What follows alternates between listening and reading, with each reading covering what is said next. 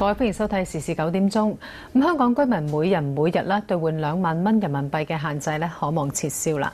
金融管理局總裁陳德霖喺北京話，人民銀行認為有關嘅建議可行，咁將會積極考慮撤銷限制。而金管局將會積極跟進，可望盡快落實。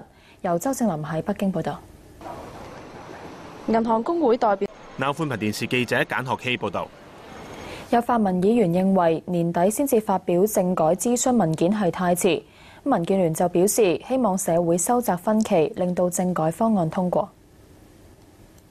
我哋好擔心。翻嚟新聞時間，美國國會參眾兩院喺債務上限危機爆煲前夕通過議案，提高債限，兼夾係臨時撥款俾聯邦政府重開。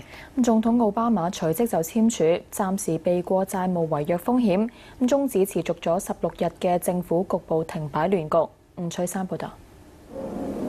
美國國債林宗義報導。轉頭翻嚟會報導。電視記者黃志明報導。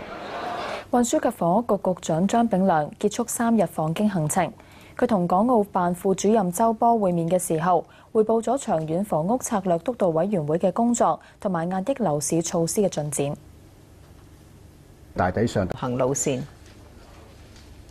電影《變形金剛4》喺鰂魚涌拍攝期間被勒索金錢，警方到場調查，遇到反抗，3個警員受傷，3個男人被捕，案件交由東區反黑組調查。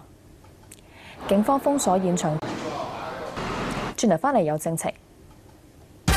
記者張星慧報道。講埋天氣，天文台預測多雲，晚間有1-2陣微雨。展望週末期間部分時間有陽光，天氣乾燥。今日嘅時事9點鐘嚟到呢一度啦，再會。